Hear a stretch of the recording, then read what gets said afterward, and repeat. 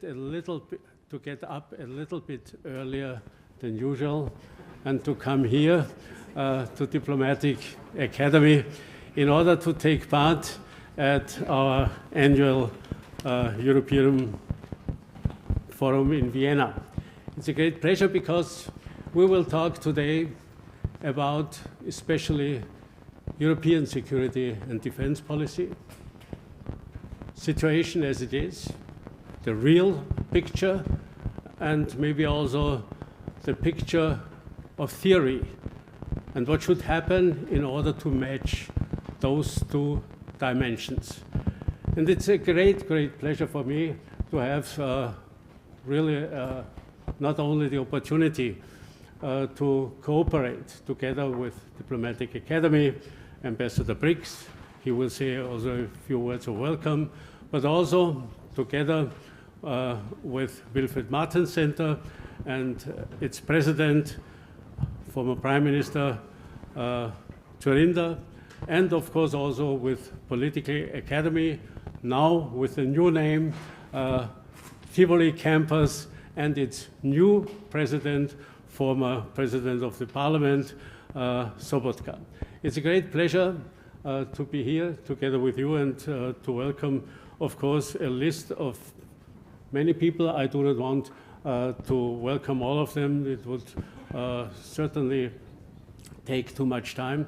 I just want to say also it's a great pleasure for me to have our honorary president over here, Benita Ferreira-Waldner, our former foreign minister and European commissioner, and also next to her, Christine Mutonen, our vice president. I want to say that it is a specific pleasure for me to have so many outstanding speakers over here. I want to welcome many ambassadors. Some are already here, and I guess some will come in the next half hour. And we also will have the opportunity to have at least short discussions. The title of this year's conference is Europe's Future, Time to Decide and Time to Act. And when I said already last evening, where we had more or less a pre-evening discussion with quite a lot of outstanding academics on this question, I can say, that we have a huge gap between the European imagination and plans and the reality. And if we look to this reality, you have to say we are confronted at the moment, not only with the war in Ukraine, with a crisis situation at the Western Balkans, with a crisis situation in the Caucasian region, with a war of utmost dimension in the Middle East, with quite some crises all over Northern Africa. And in addition to that, we have a new factor that we have to look at. This is certainly the political situation in the transatlantic dimension, the challenge of a new president who will certainly challenge European security and defense policy in the coming years by the election of Donald Trump. And insofar, we must not lose any time. We have to decide and have to act. And if we miss this opportunity, we certainly will also miss the possibility and the opportunity to build up European Union as a future global actor. And this must be our goal. And insofar, I really want to welcome you. I do not welcome our speakers specifically. We will do it when they will take the floor. And I just want to say to all of you, it's a great, great pleasure to have you here. It's a great, great pleasure to discuss with you the challenges coming up for Europe, but also the challenges that are already present. And certainly one of the most important questions will be, how can Europe in this situation master its imminent problem, its imminent challenge at the eastern border, at Ukraine? Nobody knows what will happen in the coming few months. We can be sure there will be some developments, and I think we should be prepared.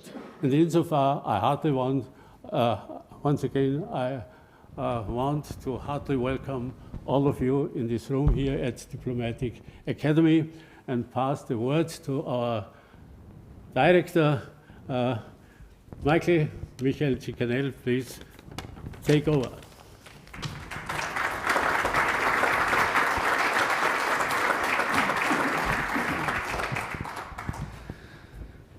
President Fasslabend, thank you very much for your welcome words. Excellencies, dear ladies and gentlemen, I would like to welcome you again in my position as the director of the Austrian Institute for European and Security Policy to this event, to the 28th European Forum, Vienna. It's a pleasure to host you all here. At the second day, we have had a wonderful evening event yesterday already where we kicked off the discussion, especially focusing on the situation in Ukraine, but also the European security dimension as a whole. And today I would like to seize the next couple of minutes very briefly, not only to welcome you also, but in addition to that, to walk you very briefly through the program that we have prepared for you today. After the welcome remarks, we will have wonderful keynote speeches for you. We have excellent representatives, not only from Austria, but also from Ukraine, from Moldova, and from Finland. And then we have two panel discussions.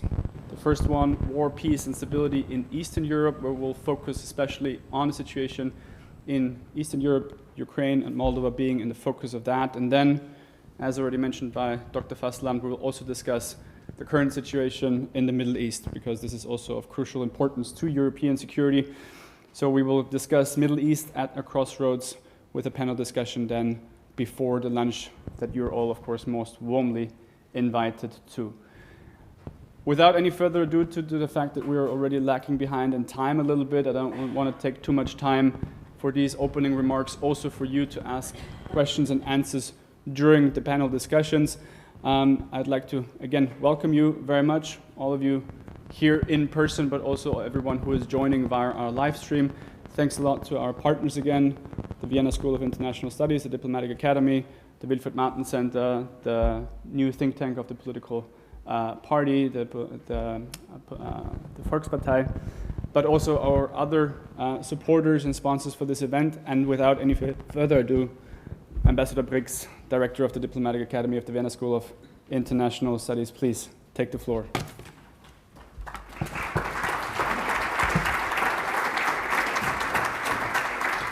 Excellencies, ladies and gentlemen, welcome from my side. My voice is a little bit deep today. I have a flu, I'm sorry for that. But maybe this is a good sign for Europe also, because if one has a flu, it's a passing thing. It's a process. It's not something that we will have forever. Welcome to all of you, because we know that this is time to decide and time to act, as Werner Fasslabend said. It's not only, but also because the French president, not for the first time, yesterday said in Budapest, Europe should try to become a carnivore, ein Fleischfresser, he said. Not ein Pflanzenfresser, but a carnivore, a Fleischfresser. That's an even more dramatic language than speaking about the language of power. And I hope that some people will listen to him in Europe. So there is time to act. The main problem, as I see it at the moment, is that there are different visions of why we should act, how we should act, and when we should act. And from the security point of view, it's very obvious that the faster the better we have to take decisions. And we have a very good moment, as I see it, because of the elections in the United States. The reaction of most of the leaders of the European Union was, we want to have even stronger transatlantic partnership. I'm not sure whether we will get it, But we should try, and that is very good. We should advocate for it. And sometimes I have the feeling when Charles Michel speaks about this, there is more anxiety in him than belief that it's possible to have a better transatlantic partnership. But this means time to act for Europe, certainly, and time to decide for Europe. And my last point really is, I have to say, I experience so often that whenever there is time to act in the European Union, it was always the issue of French and German cooperation. And as we know, both of these countries are at the moment thinking more about their domestic issues than about the European future. That's our feeling, at least. And we shouldn't allow this. So I think all the member countries should press them to work together as much as possible. I am not someone who always says the Germans should go in front, but as I see it, in the given situation, if there is a problem with the French-German relationship and the possibility to be a motor for the European Union, then there is a region which should act, and this region is here. It is in Slovakia, it is in Poland, it is in Hungary. That's the Central European region. The Central Europeans should act also because of security reasons they have in the ongoing war in the Ukraine. So possibly something that some people said and wrote, one of them was me, that the future of Europe will be decided in this region in Central Europe is true, and we should actually prepare that we Central European countries have to act on the security of Europe and on the future of Europe. But maybe this is already much too political for an introduction. I wish us all the best for this fruitful discussion, and welcome again from my side. Thank you. President Fasslabend and Director Zinkanell, Generals, Excellencies, distinguished participants, ladies and gentlemen. Unfortunately, I cannot be with you personally today. The theme of the 28th European Forum Vienna, the future of Europe, is definitely well chosen, because we not only have to talk about the future, we also have to shape our future now. Because crisis, conflicts, climate change, natural disasters, terrorism, cyber attacks and uncontrolled migration are already having a direct impact on Europe's security. I'm not talking just about purely military security, but also about security of economy and supply. To give an example, supply chains are disrupted when Houthi rebels attack merchant ships in the Red Sea, and economy in general is disturbed because of war in the Ukraine or the conflict in the Middle East or somewhere else in the world. Let's face it, we are living in a time of crisis, so we have to prepare ourselves. And that's what we do on several levels. Firstly, the security and defense policy. At the national level, we have drafted a new Austrian security strategy. This document has to be adopted by the newly elected parliament soon.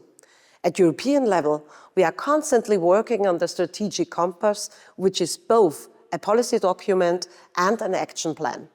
Secondly, necessary investments. As for Austria, the increase in the defense budget was an important first step. With a budget of 18 billion euros in the next years, we can finally make the investments we urgently need. Investments neglected for decades. Now we are in the process of modernizing our armed forces, and we have drawn up a 10-year development plan to do so, supported by a separate law that provides us with funding for 10 years. The main areas of investment are mobility, protection, and self-sufficiency. We will procure modern equipment, weapons, and material to increase defense readiness. In addition, many barracks in Austria are being refurbished, because modern armed forces need modern infrastructure as well. And thirdly, cooperation. Cooperation on a national level and cooperation on a European level. We need to cooperate with other governments, and we also need to support partnerships across the various disciplines and institutions at both national and European levels. This also means that armed forces have to cooperate with civil partners and actors. That's the key to success if we want to combat the challenges successfully. Ladies and gentlemen, we need a Europe which protects its citizens and their way of life. That is why we will continue to participate actively in the further development of the common security and defense policy, always within the framework of our legal possibilities. And we will remain a reliable partner in international crisis management, because we want to make our contribution to securing the future of Europe, the future of Austria, the future of us all. Ladies and gentlemen, that's what we have to consider, and I would like to wish you an interesting event with inspiring presentations and productive discussions. Thank you very much. Good morning, ladies and gentlemen, excellencies. It's a great pleasure to be here. And then time to decide, time to act is a motto on the 28th European Forum Vienna, a motto that calls on us to address uncomfortable truths you mentioned, but also to analyze these truths and take concrete actions for our continent from them. The past few days, when you remember the elections results in America, in Moldova, Georgia, and the incidents of serious anti-Semitism last night in Amsterdam, with all the impact we have seen, in particular have shown us that we must take responsibility in Europe and demonstrate our ability to act at both on national and as well at the European level. And Director Brix mentioned that Europe was always driven by the two big countries, Germany and France was always the motor of the new development, and also the Commission. But we have seen now we have to form new coalitions, and I think it's up to us on each level to support the common European ideas and to bring the progress, especially in the areas of conflicts. And the area of conflicts are close to Europe, to the European Union. When you look to the Balkans, you mentioned it. We have 6 countries since 2003. They are underporters of the European Union. And the influence of Turkey, the influence of Russia, the influence of Saudi Arabia, it's quite strong in these areas. And we have seen what happened in the Ukraine, and I think it will be a crucial moment when we look in the next month, what will happen with the Ukraine, especially when the support from the US will not be delivered in this the way than before. What is our role in this case? And therefore, I expect a really interesting discussions. In the panel discussion, we have very experienced keynote speakers, and therefore, as Political Academy was our name before. You mentioned it now with the think tank of the ÖVP, the People's Party. Our name is Campus Tivoli, because we want to be much more broader, to include a lot of opinions and to be established in the middle of our mainstream. We have seen that especially the left and the right edges of our society get stronger and stronger. Therefore, it's very crucial for us to make our position in the middle of the society more clear and to invite all the different opinions to come together, because we have to see that we have to find a common sense. Postmodernism in making our truths relatively is really a serious danger for us. And we have an impact of the left wing. It means the wokeness. Under the right wing, we have seen the national populists. And in Austria, especially, we have a migrant situation, especially from the Muslimic countries.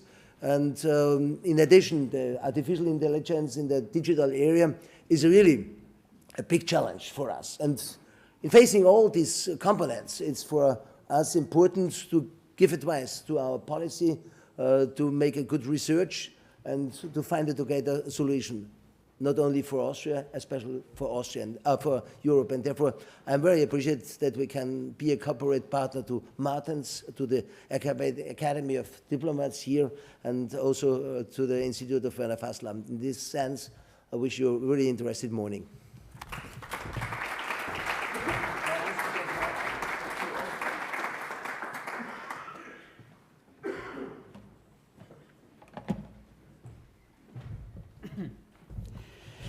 Dear President Fasslabend, dear Werner, Thank you for being invited again. And I'd like to thank also all partners for very smooth cooperation which was needed to make this conference happen again. Dear friends, the message of the US presidential and congressional elections for us Europeans, by my mean, is crystal clear. Take on more responsibility for common defense. Take more responsibility on your soldiers. The axis, Russia, China, North Korea, and Iran, is not only dangerous, but it is also strong. This is why we, the transatlantic alliance, need to be stronger as well. In practical terms, it means a real wake-up call for us Europeans. We have to get together and mature. Well, we need to build our European defense, our European army as a full-fledged European pillar of NATO, without any duplications, without any ambitions to compete with our American ally, however, being able to operate also independently if needed. As a representative of a political foundation which is associated with the European People's Party, I am pretty happy that after the revolution of dignity in Ukraine, after annexation of Crimea in 2014, we've been launching discussions, consultations, and then gradually developing the project of the European Army as an indivisible, integral part of the transatlantic alliance. In these days, we are finishing the project made up based and developed on the so-called defense pyramid platform made up of 10 levels. I'd like to demonstrate it just on one slide, the 10 levels of this comprehensive project. The basement is represented by the rationale of this decision, the rationale of European defense. It is, I mean, under current circumstances, very clear. The second platform, the second stage, is represented by the challenge of armament production capabilities, the internal market. What does it mean? It means that we need to create a single European market with our military production. We need to organize a common procurement of weapons because in this case it will be more effective and defense spending will be easier accepted by our fellow citizens. Number 3 is military mobility. We need to build, to improve, to strengthen our infrastructure, bridges, roads, airports, and the other elements of this infrastructure. Number 4, European DARPA. We all know that we are lagging behind not only of the United States, but also China. We need also an institution which will be able to promote advanced technologies in the military area as well. Number 4 is the need to fill strategic capability gaps. There are some areas in which we are behind of the others in Europe. Number 6, European Civil Protection Service, also important part of security of our citizens. Number 7, European military model. It will be very difficult, but necessary to decide how to build the coexistence of the national armies, common European forces, and coexistence as a part of the transatlantic alliance. We are focusing on this part of our defense pyramid in these days heavily. Number 8 is military operations. How to organize the work to be able to operate in time when it is needed. Institutional reform. For the first time, the European Commission is going to have the defense commissioner, Andrius Kubilius, a man of our political party, the former prime minister of Lithuania. But we need more institutional reforms to be ready and operational if needed. And let me say, the ice of the cake is represented by a very special challenge, nuclear. We should not avoid, we should not shy away of this very sensitive issue. We all rely on the United States, but we need also to build our European deterrence to curb not only Russia, but also some other adversaries. So, ladies and gentlemen, I don't want to spend much time on this issue.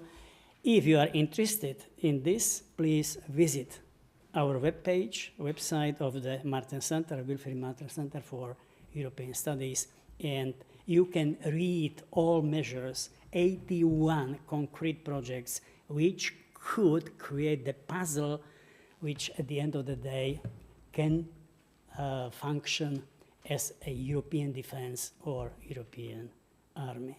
Ladies and gentlemen, I wish you all, us all, a nice morning and very inspiring discussions. Thank you very much.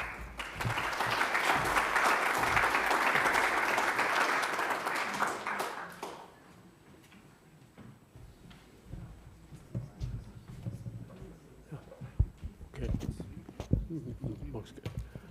I make it from here. First of all, I want to thank Mikuláš Dzurinda for his speech and his activities. Most of you know a little bit about him. He used to be the Slovak Prime Minister for 2 terms.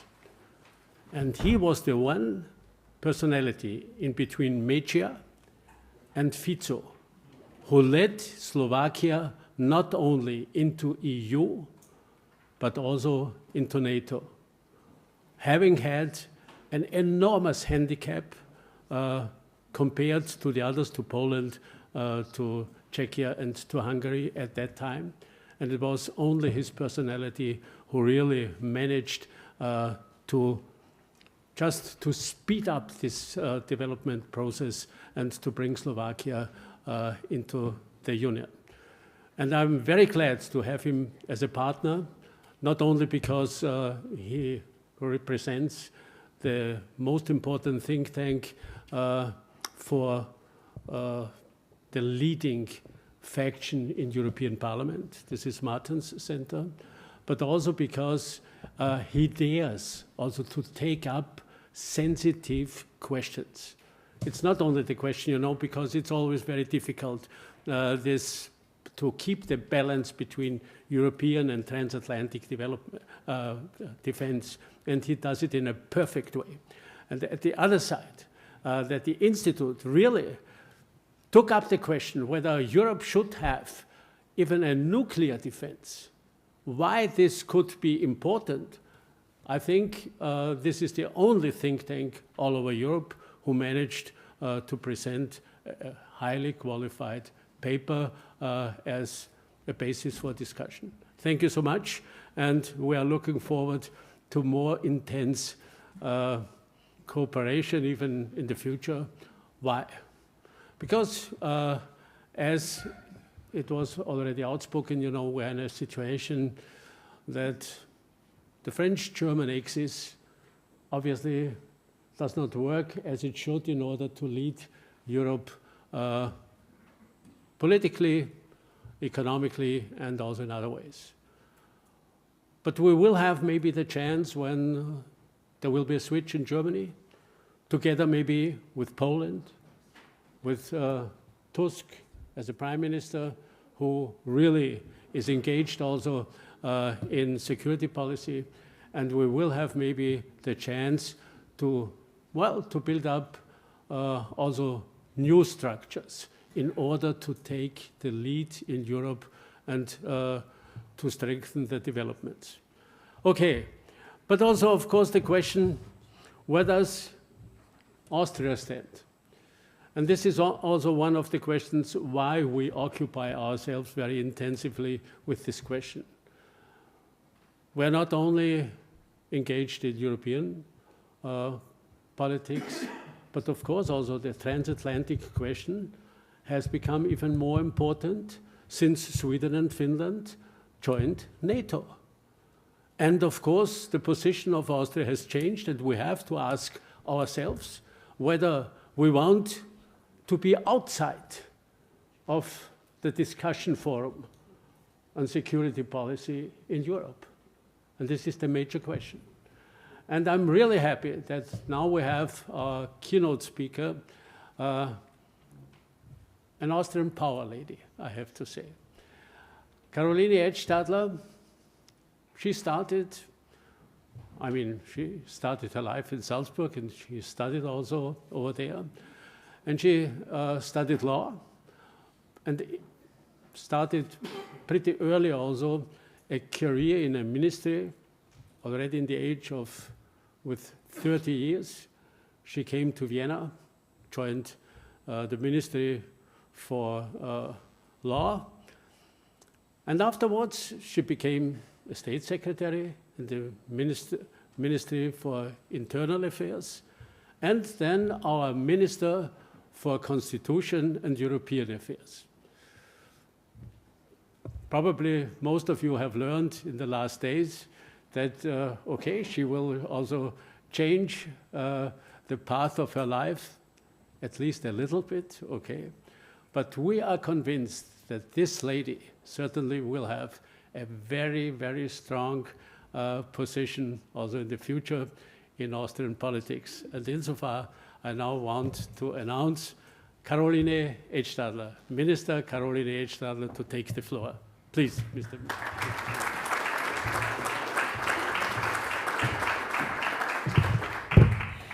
Thank you very much for this introduction. Dear President, dear Werner, I may say you've always been a strong support, and I'm very happy that you invited me to this 28th European Forum in Vienna. Dear Ambassador, Emil, Brix, Excellencies, Presidents, former Commissions, ladies and gentlemen. I couldn't agree more to the chosen motto for this 28th European Forum, which is Europe's future, time to decide, time to act.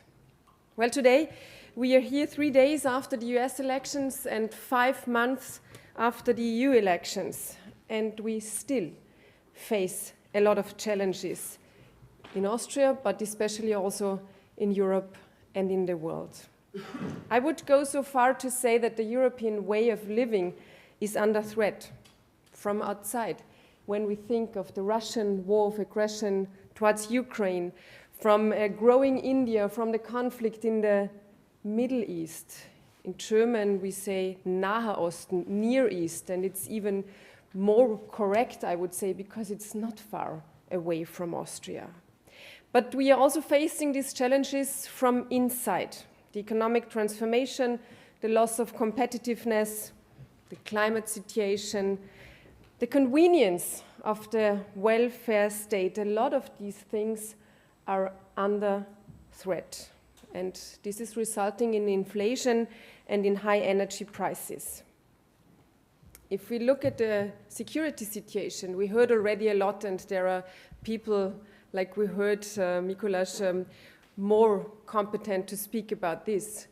But I'm sure also the former foreign minister, dear Werner, you are surveilling the situation quite intense, because the situation also for us in Austria changed. And maybe you are also a bit jealous because the budget was brought to an enormous height compared to former years.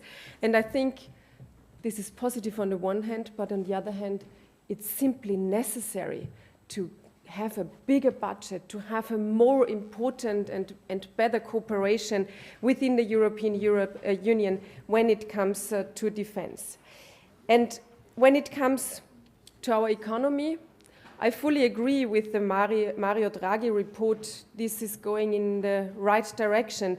We must increase our competitiveness in Europe to keep up with China, and with the US. There is a saying, the US is innovative, China is productive, and the EU is regulatory.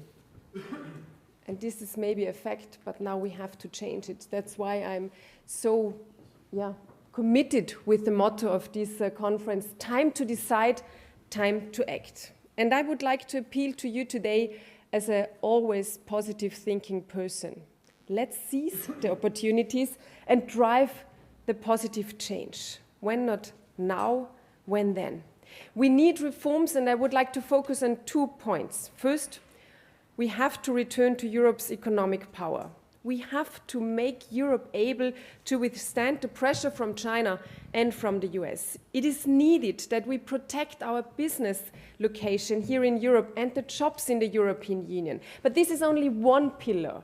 The other pillar is that we need to go back to negotiate free trade agreements, fair free trade agreements, because we are not living on an island, not in Austria and not in Europe.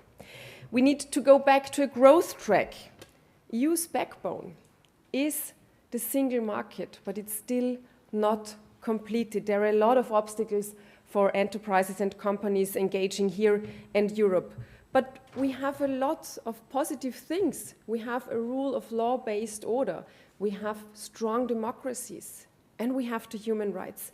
And this is our big asset. So Minister Kocher and I, we tried to create also a 10-point plan for the single market, and I presented it also in Europe, and I got a lot of positive notes from, I think, 17 or 18 other countries who were directly reacting to this 10 points plan, because it's logical to do so, but we have to say it and then let's act. This is my appeal to you, to us, to the European level, and also to all the politicians in the driving seats. We need the skilled workforce, we need the ability of sustainable and cheap energy, and it's the key to have a completed European single market. The second point is we have to put the geopolitical interests of Europe first. What do I mean with that? We want to be someone in the world. We want to be seen as one European Union. And we have, as I already mentioned, a lot of assets, from the human rights situation, from the strong democracies to the rule of law-based order.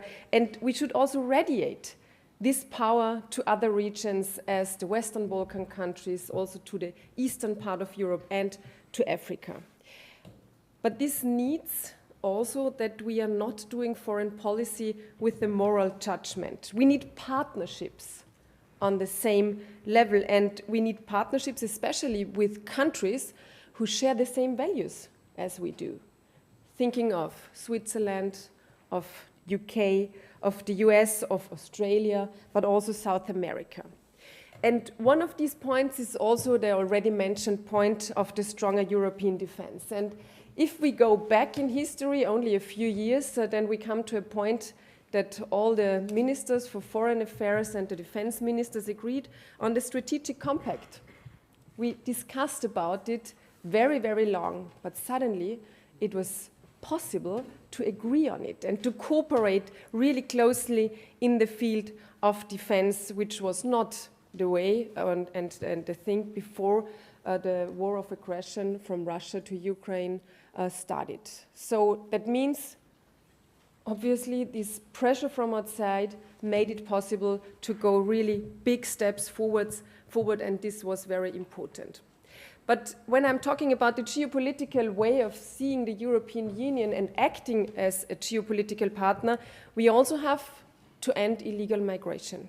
We need a strong external border control. We need asylum procedures in third countries, and we need to do a lot more to bring the pact for asylum and migration to the ground. So there is still a lot of challenges and a heavy burden on the shoulders of our Austrian commissioner designated for the interior and migration. But we all have to work together and do the right things to give an answer to this really big issue of illegal migration, and all the things coming along with it. And then I was also asked to say a few words on the EU enlargement. Austria, and you all know that, have always been a strong advocate for the enlargement process of the European Union. And this is not because it's for our own sake and because we are doing this because of being friendly to others. It's a question of security for the European Union, and it's also a question of credibility of the European Union. We made promises to the countries in the Western Balkan region, and we did not really keep them. But if I compare the situation when I started as a Minister for the EU and Constitution back in January 2020, the situation and the atmosphere changed completely. While in 2020, I had to ask for AOBs regularly in the General Affairs Council because it was simply not on the agenda, now it is completely clear that we need the enlargement process. It's common sense, and it's not the question if we are doing so, but it's the question how we can assist not only the countries of the Western Balkan, but also Ukraine, the Republic of Moldova, and in the future also Georgia, in a better way, in a more effective way. And even if I know that the depression in the Western Balkan region is big, and people are not really believing that we want them as full member states in the European Union, and I heard a lot of people, and I go back to my time when I was working at the European Court of Human Rights in 2016 and 17. Before I became a politician, I was asked by Wolfgang Sobotka, by the way. I remember that phone call till the end of my life. A period of 7 years started at that time. But at that time, I had a lot of talks with people coming from the Western Balkans, and they were depressed already back in 2016 and 17. And I can feel this depression. However, I have to say the things also changed regarding these countries. There was a lot which we brought forward. We have now an EU growth plan for the Western Balkan countries with 6 billion euros by 2027. And this is important not only to do the reforms there, but also to bring the right infrastructure to the region. And Austria was a strong advocate also for Bosnia and Herzegovina. A historic decision was taken to get the candidate status for Bosnia and Herzegovina, a big step forward. I was in October, only a few weeks ago, in Luxembourg. We had the second IGC for Albania. They are doing a lot of reforms in their country.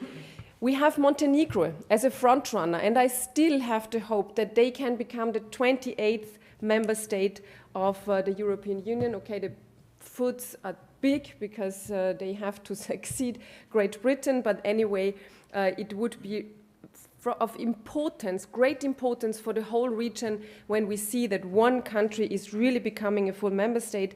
And of course, Ukraine and Moldova are pressing ahead with process despite all difficulties and despite the still ongoing war in Ukraine. So what do I want to say with that? Let's keep positive. There were steps forwards and there will further steps forwards, and it's important for us and for these regions around the European Union. So lots of challenges ahead. Time to decide, time to act. And I think the European Commission knows quite well that they have to put the economic situation and also the geopolitical situation on the spot of their agenda. Austria will remain a driving force for a strong and sovereign European Union so that the European way of living is no longer under pressure, but a role model also for other regions around the European Union. Thank you so much, especially dear Werner, for the invitation. I wish you fruitful and stimulating discussions today. And yes, I hope that we will keep in touch wherever I go in the future. Thank you so much.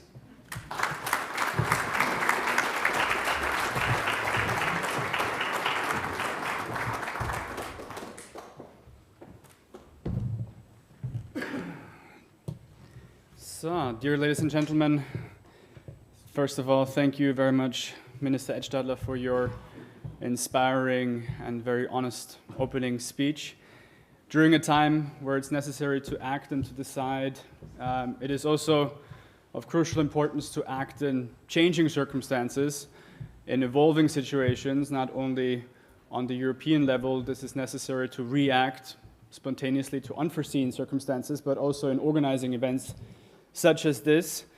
Therefore, I have to tell you that, unfortunately, Deputy Prime Minister of the Republic of Moldova, Ms. Gerasimov, could not make it today due to unforeseen, very spontaneous changes. However, we have a great alternative, and therefore it is my great pleasure to welcome the Chief of Staff to the President of Moldova, Mr. Adrian Balutel, to give also welcoming remarks. And let me start by introducing you by also congratulating your President, Maya Sandu, for the re-election last Sunday. Thank you so much. Thank you very much.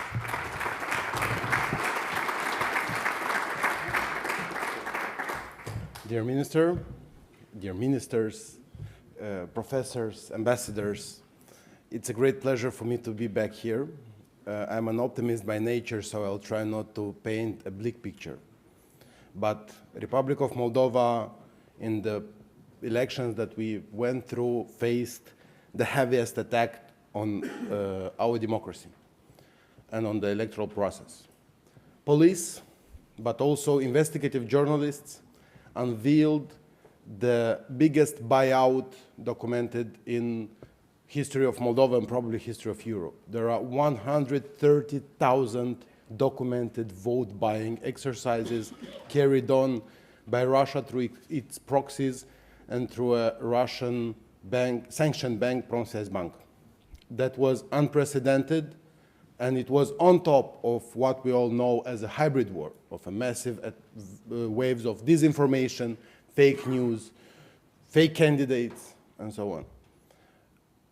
According to our calculations, Russia spent somewhere around $200 million for this operation. And that is, the bad news is that it's not going to stop. Ultimately, we were able to succeed. We were able to have the majority of Moldovan citizens vote yes for the referendum on EU orientation. So our EU aspirations are now part of the Moldovan constitution. And that will ensure, hopefully, that we will never get back on discussing where shall Moldova go. And we, for once, decided that we go and our way is to Europe. And we won presidential elections. It was a hard-fought battle, but through a narrow escape, we have succeeded. Now, for us, it's the time to decide just passed, and we get a very clear mandate from the citizens of Moldova to act. And there are three core elements that we should act upon now. First of all, it's the rule of law and justice sector reform. What we have witnessed in these elections was mostly due to the fact that despite of investigations, journalist investigation, police unveiling all this terror upon Moldovan democracy, judges released most or did not act upon most of the cases or released those involved in these cases. Our justice reform have been producing some results in the past years, but it's way too slow and way too inefficient. And in the upcoming weeks and months, we'll have to improve dramatically the way how we address the justice sector reform, and more specifically, the integrity within the justice sector reform. Second element, and that's not only about Moldova, but about European Union as well, it's our EU integration path. There is a very clear understanding that majority of the people in Moldova support the EU integration. Without an effort to buy around 10% of the votes in the country, the result would have been different. The result would have been around 60%, and I invite all of you to come visit Moldova and feel that people feel European on the streets. And people aspire to become member of the European Union. Even those most skeptical accept the benefits and desire a model of living that is European. So we have we will continue a very clear path on fulfilling, or a clear path on opening the negotiations, on implementing all the needed reforms, on upscaling our capabilities in order to do so. But in this context, I would like to draw the attention on the importance of the EU and member states to understand that the enlargement is a crucial element for safeguarding democracy, both in Europe and in the countries that want to become part of the European Union. Because most of all, the enlargement means that democracy is not retreating. It means that there is an aspiration to promote and to develop the EU transformative power across what is now European Union and to enlarge. And I want to make it very clear, the attack on the Moldovan democracy that we have faced was not an effort from Russia and its proxies to promote some isolated interest in Moldova. It happened for two reasons.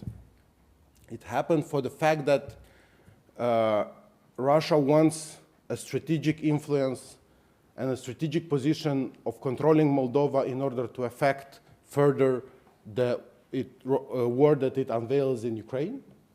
And it will pose an even greater danger for Ukraine in case they would succeed, and if they would have succeeded in these elections, but also to deter European capacity to showcase that it is a power, and it's a power that can bring good to the people. So in this context, enlargement is as important as never, both as a shown and as an element of strength of the European Union, but also an element of hope in the countries that aspire to be European. The third element that we should act upon now, and we have a very clear message from the citizens, is the economic power and welfare.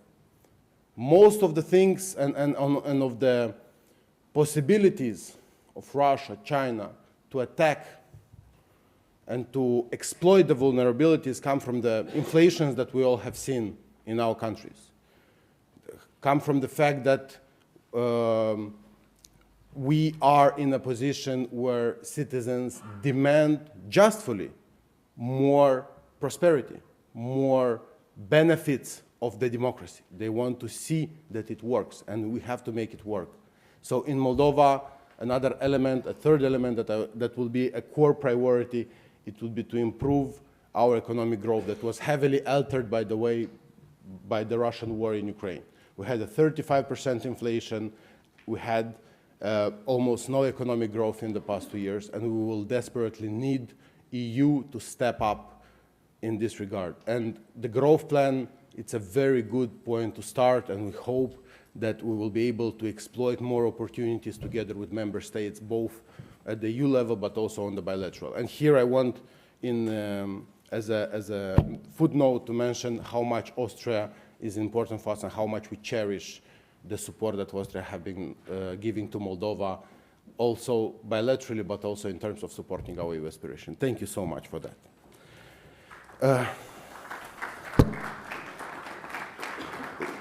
Last but not least, I want to refer to our capacities in terms of security. Moldova, in the past years, have been upgrading its security capabilities. Moldova is a neutral country and will continue to do so despite of the disinformation that the EU integration means renouncing of the neutrality, which was one of the main narratives in this campaign in the last several weeks in Moldova. But we need to invest in security. We need, despite of political cycles, to continue to support Ukraine, and we, as small as we are, we will continue to do so. And if we can continue, the bigger, the stronger, the countries that are well off are obliged to do so. Because the moment when we will retract our support, or we will condition our support for Ukraine based on some internal political cycles or political situations in our countries, that will mean a heavy win for Russia. And we need to do everything to prevent that. We need to have a vision that is beyond these political cycles with a clear understanding that appeasement does not lead to peace and has never led to peace. So to conclude, it's really time to decide and time to act. And I would really like to stress the act, because we all are here in Europe and in this room connected with the same values, connected with the same vision. There is not much to debate about it. Let's debate on how we act upon the pressing issues that will determine how things will look from now on. Thank you very much.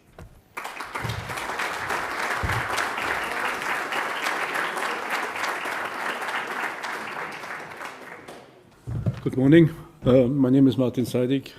I'm a member of the board of the AIES, and I have the great honor to introduce our next speaker, Oleksii Yuryevich Reznikov, the former 17th Minister of Defense of Ukraine from November 21 to September 23. Mr. Reznikov comes from the really beautiful town of Lviv. We in German say Lemberg, and certainly one of the most beautiful towns in Central Europe. His parents were academics, but related to sports. That's why he is in such a good shape. His father was a master of acrobatics, if Wikipedia is correct, and his mother was a master of rhythmic gymnastics. And he studied at the University of Lviv. And to come back in his bio, we start with the latest function I already mentioned. From November 21 to September 23, the 17th Minister of Defense of Ukraine, the third civilian Minister of Defense. And you know yourself, if you look at the time, November 21, to start, in February 22, it all then started with the war. And throughout the first months and years of the war, Mr. Reznikov was in this extremely challenging position. Before that, from March 20 to November 21, he was Deputy Prime Minister, Minister of Reintegration of the temporarily occupied territories of Ukraine, i.e. of the Donbass, and also of Crimea. He was also Deputy Mayor of another beautiful city of Kiev from 2014 to 2018. As I already mentioned, Oleksii Reznikov is a lawyer, and in 2004, he was one of the lawyers of the then candidate of the president of Ukraine, Viktor Yushchenko, who were able to prove in the Supreme Court the fact of the falsification of the election results by another candidate, infamous candidate, Viktor Yanukovych. And as a result of this, a revoting took place and Yushchenko became the president of Ukraine. Oleksii Reznikov is an honored lawyer of Ukraine. As a lawyer, he was practicing much in alternative dispute resolution. And due to the fact that he managed to bring most of the conflict cases to a peaceful settlement, he received the nickname Peacemaker. In this context, Peacemaker is also our connection, because I had the great pleasure when I was the head of the so-called trilateral contact group in Minsk, the negotiations for the OSCE, the negotiations between Ukraine, Russia, and I always call it the so-called separatist of the Donbass. In Minsk, Oleksii Reznikov was the deputy head of the Ukrainian delegation, together with President Kuchma, the former President Kuchma. And I had the personal luck and pleasure to work with him. And really, Oleksii Reznikov tried to also be a peacemaker in Minsk and to work under these extremely difficult conditions in the talks in Minsk. After leaving office, and there is a life after office, he is now teaching office as the Minister of Defense. He's now teaching at several universities in Ukraine. He's a member of the GlobSec team as a distinguished fellow. And not without surprise, he was invited to the United States, giving lectures at the American University of Washington, D.C., of the not unfamous universities of Berkeley, Stanford, Harvard, MIT, and he was also a speaker in Tokyo, Munich, Vilnius, and Tel Aviv. And now we have the honor and pleasure to have Oleksii Reznikov here with us in the Diplomatic Academy. Please, thank you very much. Dear friends, thank you very much. I'm grateful for the opportunity to address this wonderful audience, ministers, ambassadors, colleagues, director, and certainly Martens, thank you for your idea. It was a tremendous idea to invite me here. I hope you will not in a bad mood after that. So, Madame Karoline was in Kiev when it was one of the nights which became a normal standard of life for Ukrainians. She was in Kiev when it was again new Russian rockets, missiles attack to our capital. So she knows what it means to be on a shelter. Because for us, it's a normal standard of life. My wife called me today morning and told me she spent this night in a shelter together with our cats. So, and we discussed that, okay, what's the next?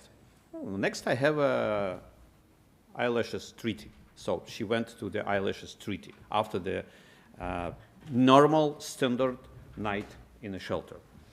So our meeting take place against the backdrop of the events that would have been as impossible a brief few years ago. Like the United States elections campaign shows curiosity about the future of transatlantic cooperation. Or let's say I don't think anybody could have predicted that the Ukrainian army on its defensive operation on the Russian territory in the Kursk Oblast would be on the brink of clashes with the North Koreans. This is happening not far from the Vienna. This is happening in Europe. The North Korean army is already on Europe. It was invited by Russia, which relies on military assistance from Iran, support from China, and believes that Taliban to be its partner. This is the new reality. They show the scope of the challenges. And none of the security institutions, not on the UN, not the OSCE, not the NATO, had been ready for that. The recent visit of the UN Secretary General Guterres to Kazan for the Brix summit, where he shook hands with an international criminal, is a symbol of the moral degradation of the structure that holds preventing wars and stopping evil to be its missions. This is an equivalent of world leaders shaking hands with a Hitler, not in 1938, but in 1932, 1943. We have all seen the forces loyal to the Kremlin receive strong results at the elections in Georgia, Sakartvelo, and Moldova. These electoral results cast doubt on Tbilisi's further path toward to the European Union. In both these countries, pro-Russian forces had actively employed comparison in their campaigning. Look what Russia did to Ukraine, which aspires to European integration and espouses European values. No agreements, no Budapest Memorandum, no deals had helped. The whole world sees it. This creates a completely new security context, and the EU has to develop to respond to it. Strong decisions regarding support for Ukraine are one facet on this response. Let me note 8 observations, grounding on my personal life last 2 years after the full-scale invasion. First, the toughest challenge facing the democratic countries on the eve of future conflicts is recognizing threats and making decisions regarding their response to them. Russia has demonstrated how the so-called sub-threshold acts of aggressions can be used. Literally, anything can be weaponized, including migrants, religions, organizations, navigation routes, freedom of speech, food access, and supply chains of various raw materials. So we have to change our mindset, because migrants, they used them as a weaponry from their territory to the Finland, from the territory of their proxies, Belarus, to the Lithuania and Poland. So otherwise, we will not be able to recognize the security threats that can be masked as a humanitarian crisis, elements of the political process, or something else. The second observation is linked to the previous point. The threat of cognitive warfare is increasing. We discussed with my colleague, Dr. Hadeto Tamabechi in Tokyo. He has set up his cognitive laboratory, and he seeing 10 years what is going on between China and Taiwan. So cognitive warfare became the key point of this current war. I mean the warfare that affects our capacity to process information and draw conclusions. This is especially relevant in view of the AI capabilities. Barely a day passes without the news about manipulations involving deep fakes. I have personal examples, a lot of them. Cognitive warfare is becoming another domain of wars. In this sphere, the opponent is trying to turn democratic freedoms into a vulnerability. Free societies with elective powers accountable to their citizens are vulnerable to propaganda and disinformation. Third, the cyberspace. The attack on Ukraine in 2022 in February started with a massive cyber attack. The missiles and tanks followed its steps. The cyber groups created by or allied with the enemy states are an increasing cross-border threat. Our expectations of our own defensive and offensive capabilities in the cyberspace should increase accordingly. In general, the factors I mentioned are weapons of influence. To meet these challenges, we need political institutions of a new quality as well as technical and technological solutions. What is of crucial importance here is to change our approach from merely responding to threats to taking proactive steps. Otherwise, dictatorships will have an advantage. Proactive, preventative measures have to be activated at the first instance of sub-threshold aggression. I mean sanctions and more. Let's proceed to combat. 4. Russia reminded the world of the fact that many had forgotten. Autocratic regimes don't care about casualties. Autocracies don't have a limit to acceptable losses. Political expediency is the name of the game. So we saw a lot of crawling, attacking, offensive campaign from the Russian side when they're using their manpower as a cannon fodder. They're using so-called meat grinder tactics. Then they're trying to grab small village or small point on a map. It's enough to amass high-precision weapons. It's not enough to amass high-precision weapons capable of destroying command centers or logistics. The war against authoritarian states turns into a real zombie horror. 5. This is one of the last, if not the last, war where you will see large manpower in direct combat.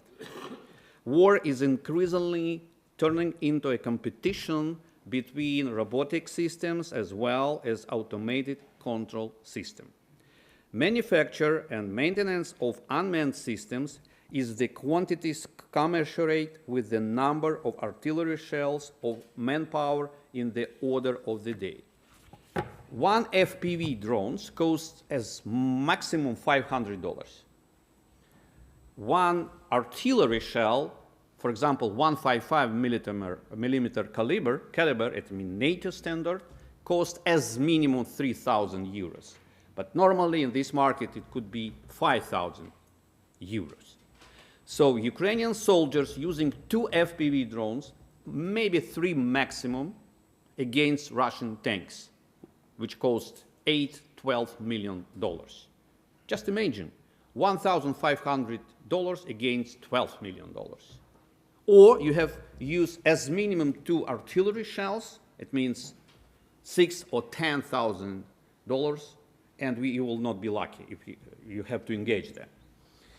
So this would entail changing many civilian policies and military doctrines. 6th, the current approach to conducting combat operations foregrounds the increasingly of automation and sovereignization. Obviously, technologies capable of machine learning put on an advantage. We have to keep it in mind. 7th, the interval between technological growth spurts has decreased dramatically. Iron swords, battle carriers, gunpowder, jets, nuclear weapons, etc. All these have been described as a game changers. The interval before a successive game changer was invented decreased every time.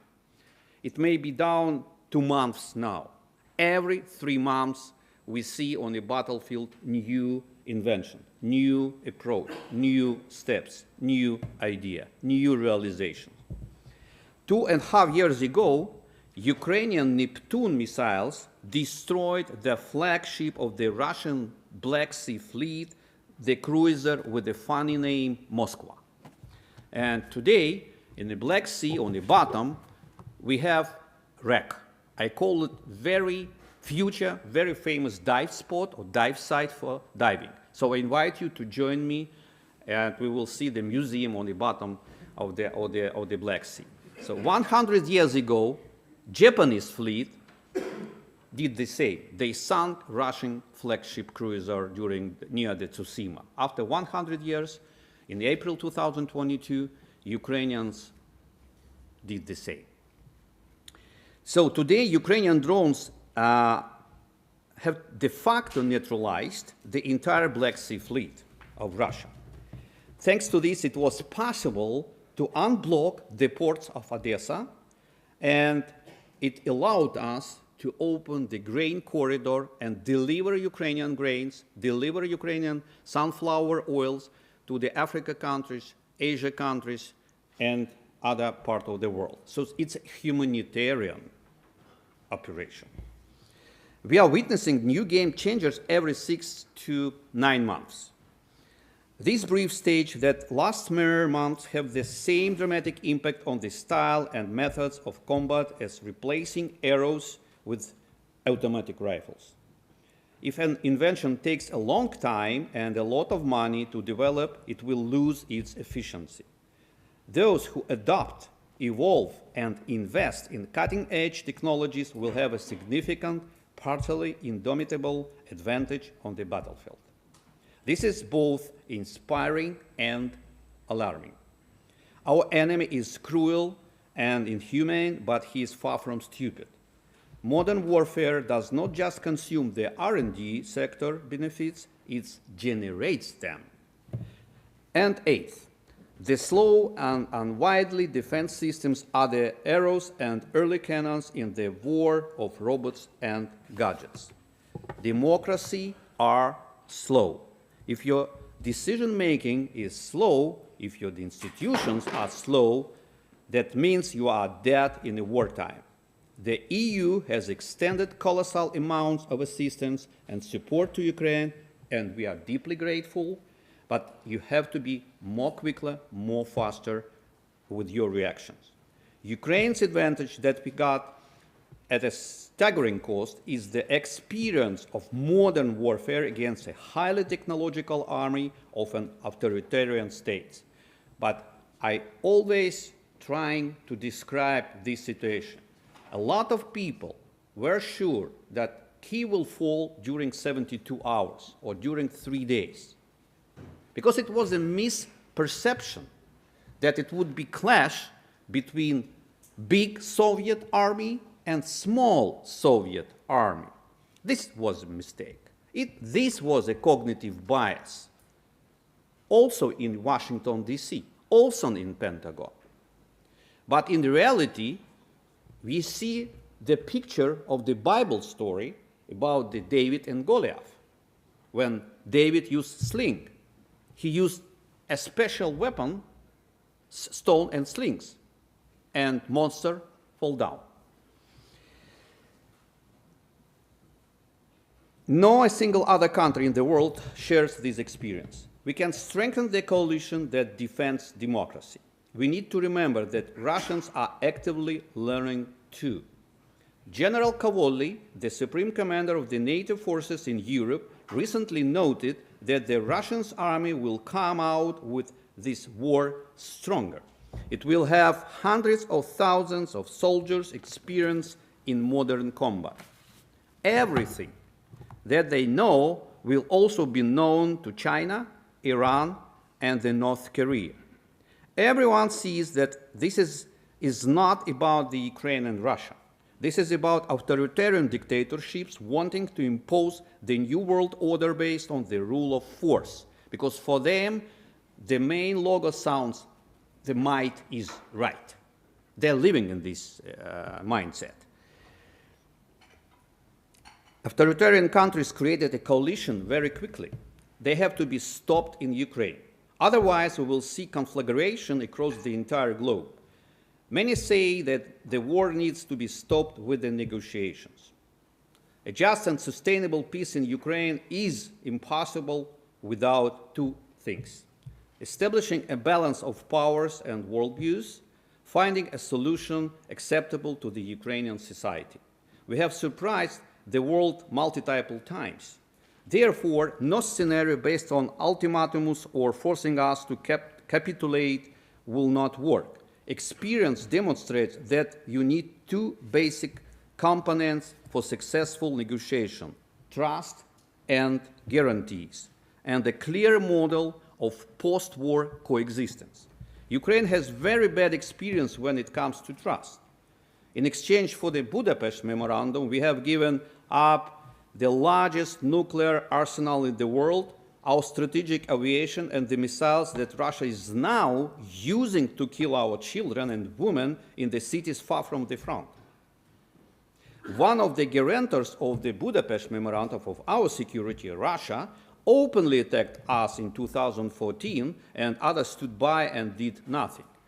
My colleague from the Moldova used hybrid war sentences. Yes, they started hybrid war in Crimea in 2014. After 2014, we got the Normandy Format and the Minsk Agreement based on the constructive ambiguity approach. We had esteemed intermediaries, France, Germany, the OSCE. None of that had helped, unfortunately. Even amazing Martens also as well.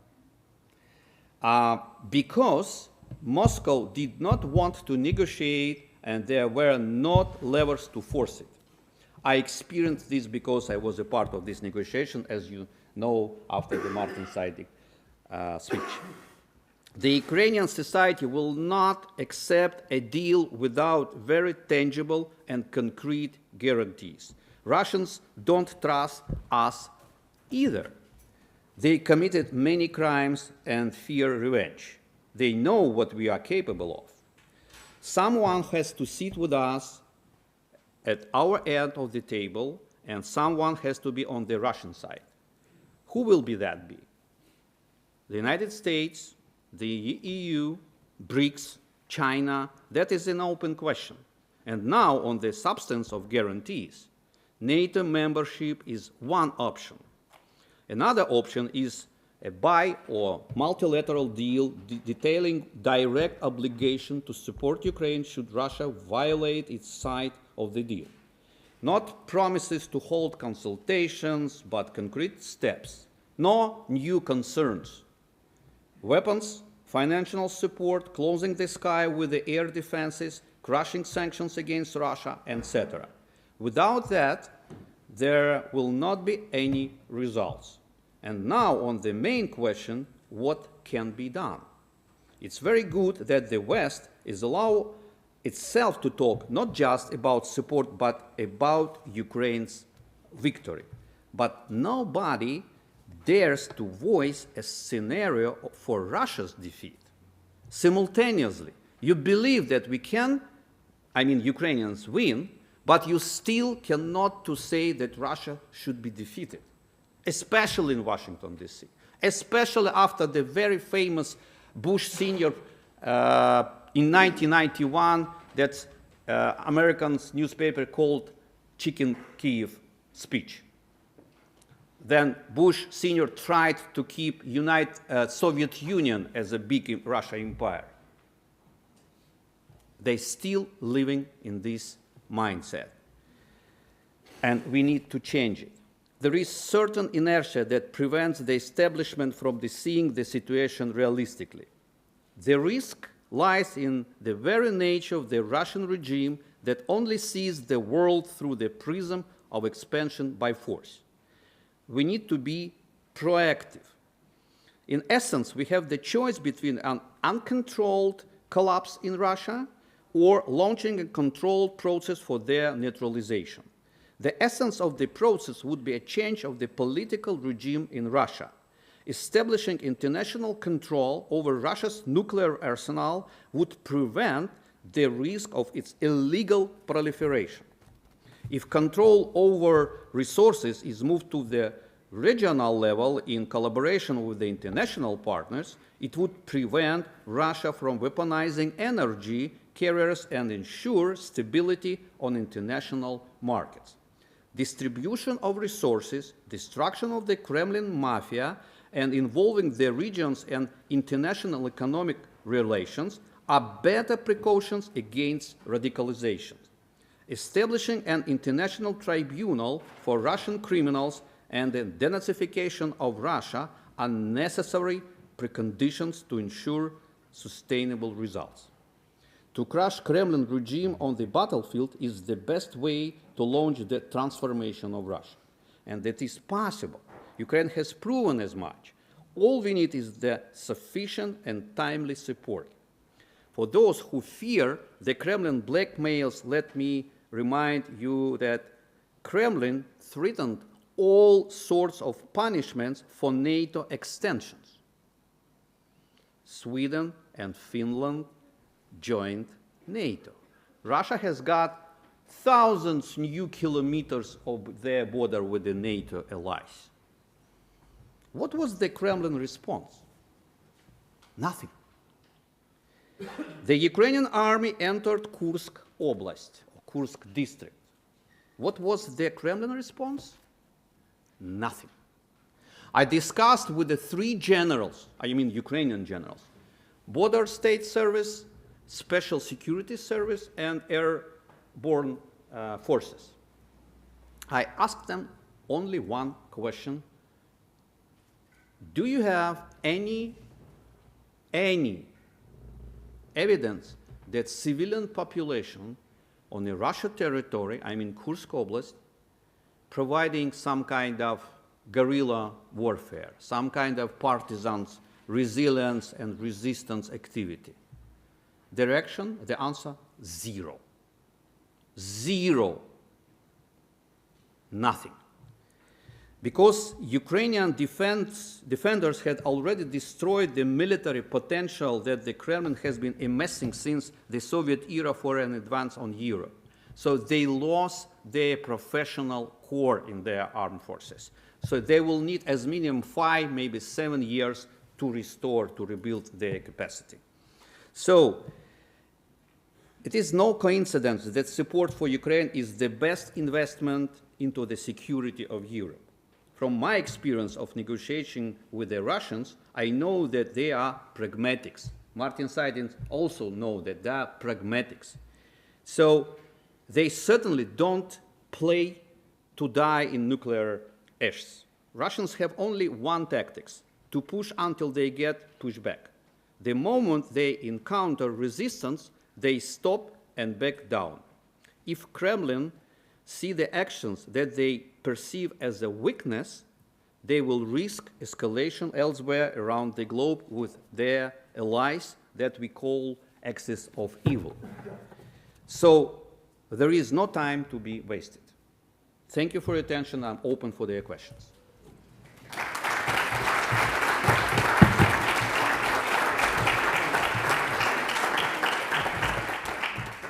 Mr. Minister, thank you so much for your presentation. That was more than highly interesting. Unfortunately, we will not have time to ask specific questions, but I just want to congratulate you all also to your professional achievements. Everybody who has read Clausewitz knows how important surprise action is in warfare. And I think there was nobody around the world who was not surprised about the performance of Ukraine, the Ukrainian army, when there was the Russian invasion. Nobody could believe it, that you could withstand. I just have one very small question. And I just ask you for a very short answer. What was the reason that you managed to the surprise of everybody, the Europeans, the Americans, the Russians, the Chinese, everybody, maybe even the Ukrainians, that you could withstand in these first days the Russian invasion? Please, just give us a few... Short reaction, but you know, when you become a lawyer, you're always lawyer. You want to stop lawyer, you have to kill him. So, but I will try to be shorter. So, Ukrainians are Europeans, like you. And we have a common and joint values. But sometimes, when you will need to choose, we saw the pyramid here on this. I remind the pyramid of Maslow, all human needs. And normally, we have, if you will choose between two values, security and liberty or freedom, some European country will choose security and will pay by their freedom, like it was during the Second World War. Some capitals of European countries gave up to the Hitler orcs. Ukrainians, if we will have to choose between security and freedom and liberty, we will choose freedom and liberty, and we will pay by our securities. That's why our grandma fulfilled the cocktail Molotov battle at the February 2022, and their grandsons were ready to drop this cocktail Molotov to the Russian tanks. That's why we stopped them, and we will win this war. Thank you.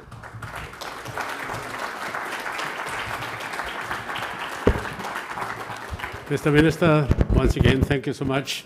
I could listen to you not only minutes, but hours. Okay, we have to have some progress now in our program. And it's a great pleasure for me now to announce a state woman that certainly has quite an impressive career. It is Outi Holopainen, Under Secretary of State in Finland. And even if she still is a young stateswoman, she has already quite some diplomatic experience. 36 years, as far as I know, because already in 1988, she joined as a lawyer the Ministry for Foreign Affairs. And then, of course, she had different functions. She served in in Germany and in Sweden, and she became director of arms control and also afterwards for security policy and crisis management, already going into this direction.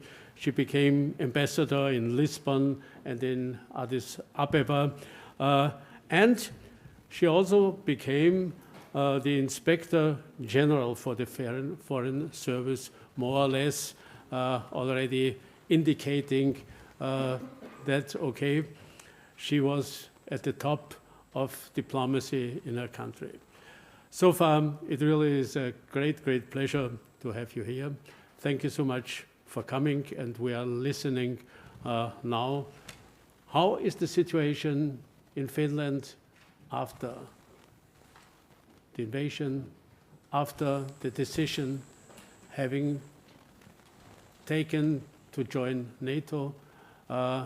Is there any regret in the population? What are people thinking? What is the administration thinking? Please take the floor.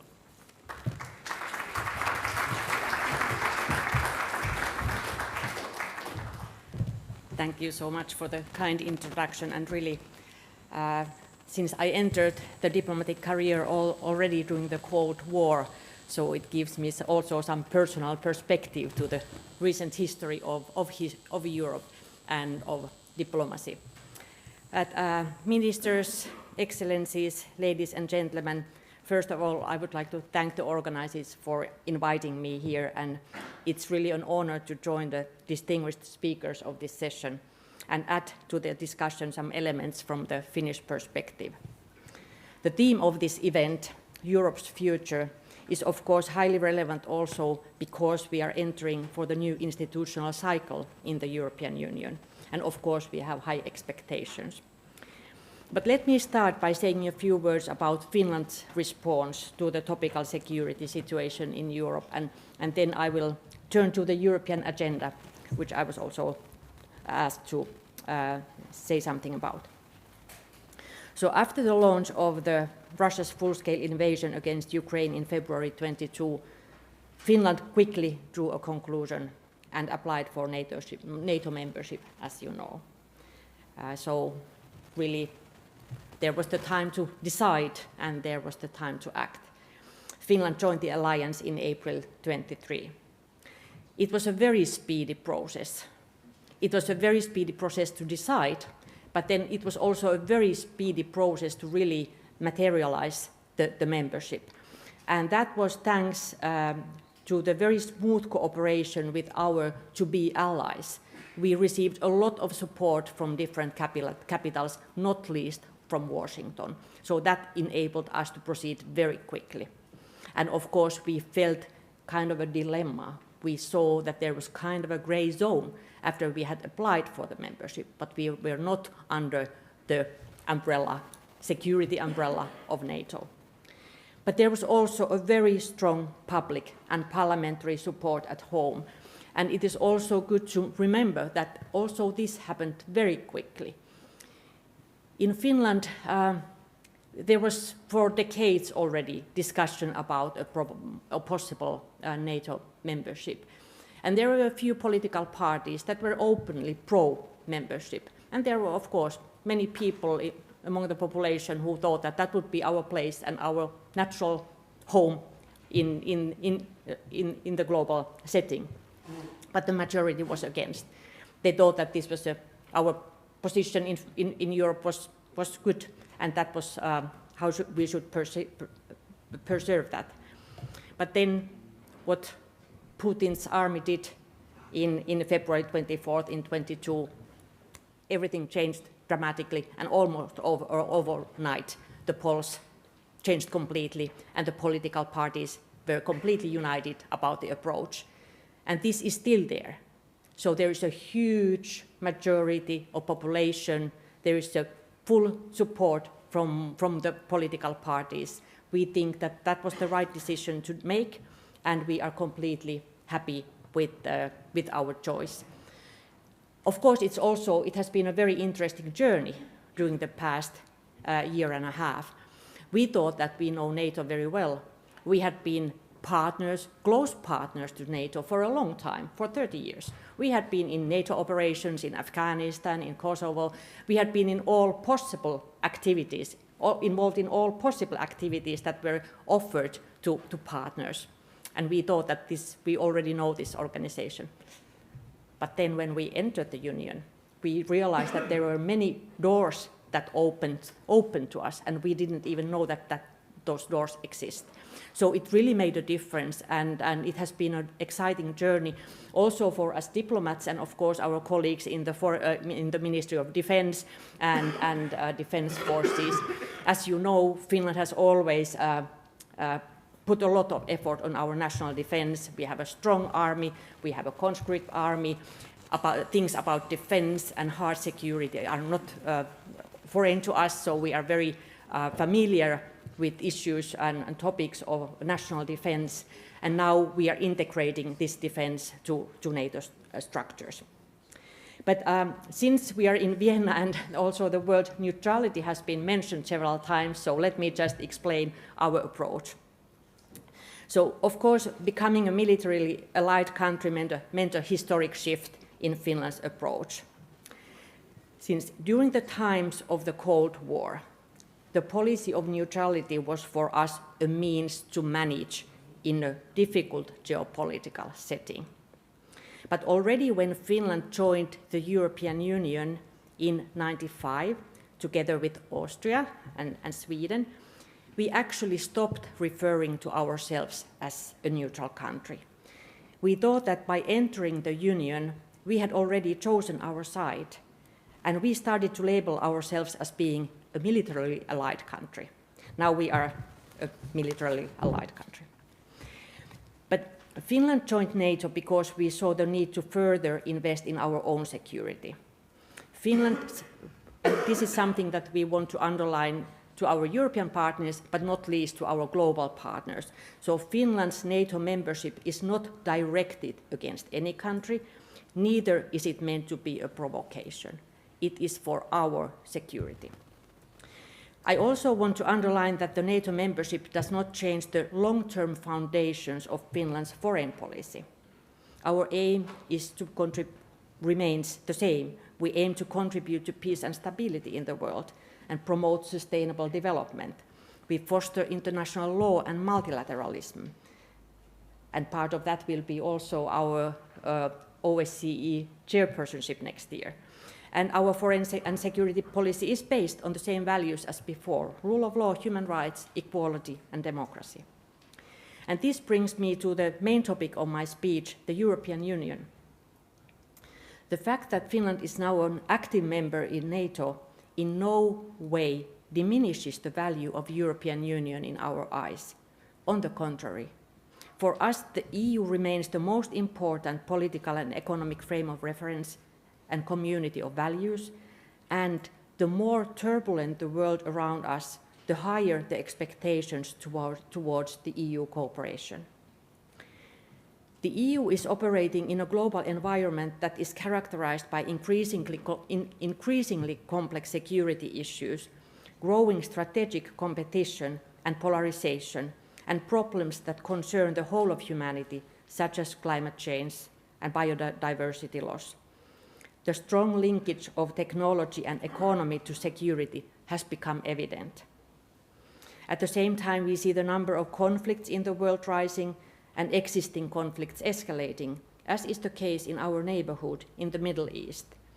The humanitarian toll in Gaza, Lebanon, Sudan, and in many more conflict settings is devastating. For Europe directly, the security landscape has changed dramatically, as we know.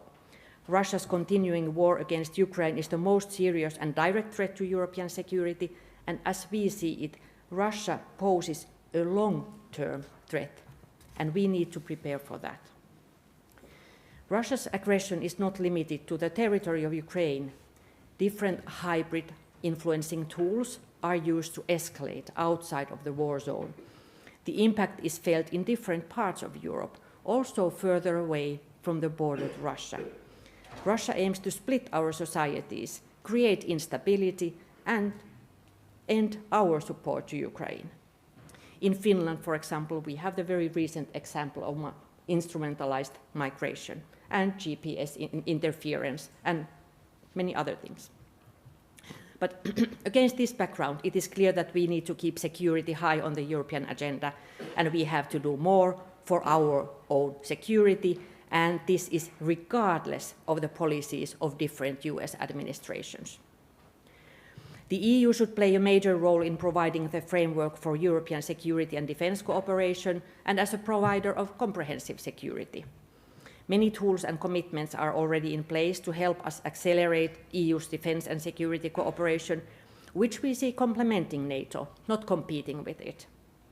The strategic compass for security and defense was already mentioned by the Austrian ministers, and actually that was approved in the wake of Russia's full-scale invasion. But that demonstrates the EU's growing ambitions as a capable security provider. But in the current security environment, developing our preparedness is important for the resilience of our societies. At the end of October, Commission received Finland's former President Niinistö's report, Safer Together, on how to enhance Europe's civilian and defense preparedness and readiness. It underscores the need for a comprehensive approach to crises, integrating civil and military response and aligning member state actions. Finland has also put forward the Preparedness Union initiative, but all of this will only make a difference when put into practice. In Finland, our preparedness is based on a very well-established cooperation model where authorities, businesses, NGOs and citizens work closely together. And I can say that there is now a flow of visitors from different parts of Europe coming to Finland and studying more our model. The EU is proceeding quite well in building deterrence and resilience against hybrid influencing. The activation of the EU's hybrid toolbox and approval of new hybrid sanctions regime are concrete tools and strong signals. In addition, several national and EU legislative proposals are in place or incoming. Another key issue for Europe in the coming years is, as also the Austrian minister reminded us of, competitiveness. We need to be able to respond to global competition and challenges, as well as make use of the opportunities of the new geopolitical environment. Well-functioning and competitive internal market is the key for EU success and strategic competitiveness. Market-driven solutions and principles of open and rules-based trade should remain the mainstay. Competitiveness links to security. We need to see security from a broad perspective in which economic competitiveness, social and ecological resilience, technological competence, new innovations, and the identification and management of strategic dependencies play a central role. By being competitive, we can better play a role in the world around us and influence the rules and norms that are being developed. So the EU must further develop its ability to prevent conflicts, build peace, and strengthen international security in a comprehensive manner in its neighborhood and beyond. And as we see the situation around us, many would say that we have not lived to the expectations. By countering security threats like terrorism, cross-border organized crime, and human trafficking and smuggling, we try to alleviate human distress in societies affected by crisis, but we also make Europe safer. To address complex crises effectively and comprehensively, the EU must fully deploy its integrated approach. This means ensuring that the EU's military and civilian crisis management tools, as well as development cooperation and humanitarian assistance, are well coordinated in order to achieve the best possible impact on the ground. The EU's comprehensive toolbox can make a difference. Security and prosperity cannot be built in isolation. We need partnerships like the one with NATO and the UK. The EU-US partnership will remain the most important strategic partnership for us. Europe must also be attractive to its global partners, a security provider and a competitive market open for trade and investment. We should seek mutually beneficial partnerships across the world. To stay relevant in the eyes of our global partners, we need to find ways to respond to their concerns. Global Gateway Initiative is one such instrument that can give a real stake for our partners to deepen the cooperation with the EU. On the basis of my own recent experience as Finland's ambassador in Africa, I can say that we should be better at listening and communicating. But we need the rest of the world to work with us in responding to global challenges and in maintaining the credibility of the rules-based international system. Ensuring the relevance of the UN will require a response to the requests of Africa and others on how to increase their representation in the Security Council. Finland's President Alexander Stubb made a proposal in this regard in his Anga speech in New York in September. Our strength as Europeans and long-term stability is based on values: respect for human dignity, freedom, democracy, equality, the rule of law, and respect for human rights. It is key that we continue the long-standing policy promoting the rule of law and anti-corruption work in the EU. In the face of the increasing strategic competition and shifting geopolitical dynamics, we need more than ever a globally strong and well-functioning European Union. The best way for us to ensure that Europe is heard loud and clear is to speak with one voice. It is good news that the EU remains attractive to those European countries that are still outside of the Union. In the current geopolitical setting, the EU enlargement is linked to security and stability on our continent. At the same time, the process needs to be based on full completion of membership criteria, with rule of law reforms and a well-functioning market economy paving the way to the Union. This merit-based approach is ultimately in the interest of both the acceding countries and EU member states. The EU must also internally prepare for the next enlargement. We need to make sure that the union of 30 plus members will be an even more powerful actor globally. But before concluding, let me highlight the most urgent task that we have in relation to Europe's future, and that is, of course, support to Ukraine. We commend the bravery of Ukrainians in the face of Russia's illegal, brutal aggression. It is crucial that the European Union and us, member states, stay united in our support to Ukraine. Ukraine deserves our full support as it continues to defend its independence, sovereignty, and territorial integrity. This is about the fundamental principles of the UN Charter, and this is also very concretely about the European Security Order. And Europe has done a lot. European Union and its member states have so far provided Ukraine with 118 billion euros of support, of which more than 43 billion euros is military aid. This is a significant number, but we need more. We need a credible long-term commitment, and we need to make sure that we need to ensure Europe's ability to continue to support Ukraine. The Ukraine Assistance Fund under the European Peace Facility is a good example how European Union has managed to go forward. And the EU's military assistance mission in support of Ukraine has already trained approximately 60,000 Ukrainian service members, primarily in Germany and Poland. The EU has been able to launch a robust sanctions regime for Russia, but we need to work further in order to widen the scope of sanctions and to more effectively tackle the sanctions circumvention. Evidence from the battlefield shows that too many Western microchips and other electronics end up in the Russian military-industrial complex. At the same time, we will need to demand Russia's accountability for the crime of aggression and for the crimes against international law committed during its invasion of Ukraine, and hold Russia liable for all the damage it has made. We welcome the steps on using the revenues from immobilized Russian assets. It is clear, as we heard, that we would like to see peace rather sooner than later. However, it has to be a sustainable peace, a just peace for Ukraine, a peace that is based on the principles of UN Charter. The peace formula presented by President Zelensky contains the key elements for this.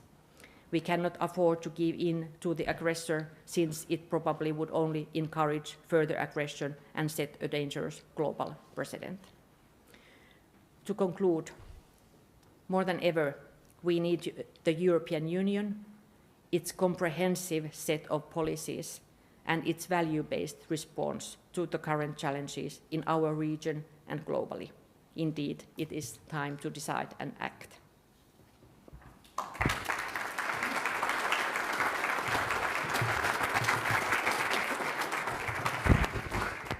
Thank you so much for your speech, for your presentation, and also for remembering us, you know. On the one hand, you stated very clearly, NATO membership for Finland does mean more security.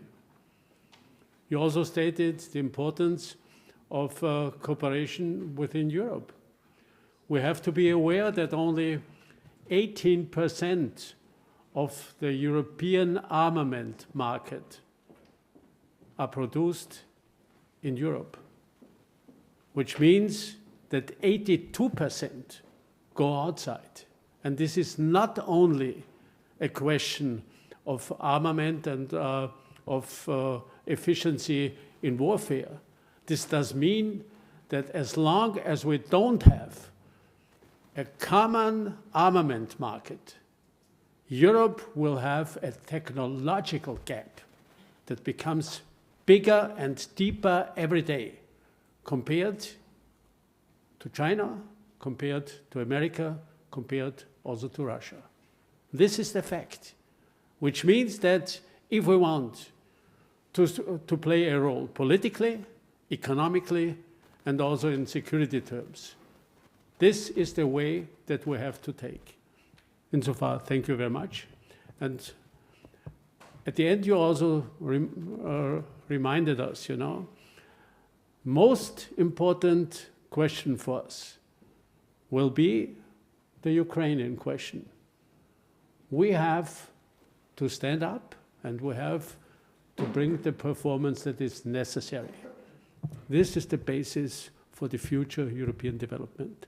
Thank you very much. And now I'm looking at our director. He is getting already a little bit nervous due to the, you have exactly now 15 minutes of taking a coffee, and then we go into two very interesting panels. Thank you very much for your attention.